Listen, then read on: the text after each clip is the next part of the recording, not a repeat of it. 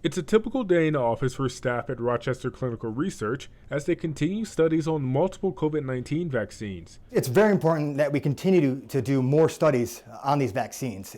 To meet the global demand, it's not enough to have just 2 vaccine manufacturers with an approved vaccine. One client taking part in the vaccine trial is 13-year-old Inez Stengler of Kendall.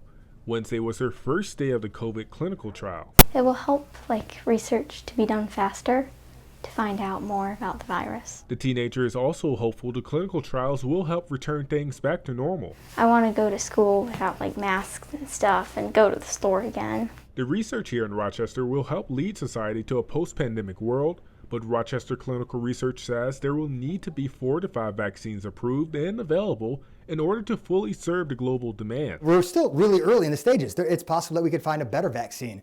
What could happen is that the sponsors will do head-to-head comparisons to see who's truly is better and more effective. The clinic says roughly 1,000 people have taken part in the trials locally, and researchers need another 1,000 people for more COVID vaccine trials starting soon. Participation in a COVID vaccine trial is the quickest way to get access to the vaccine.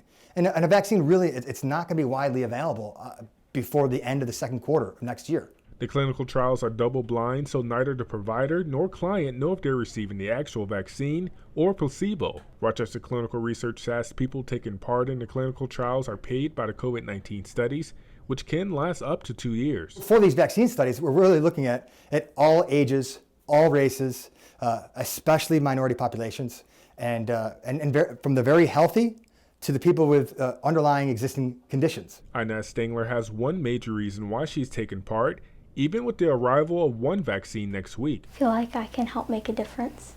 And Ironically, Lowell Rose, Spectrum News.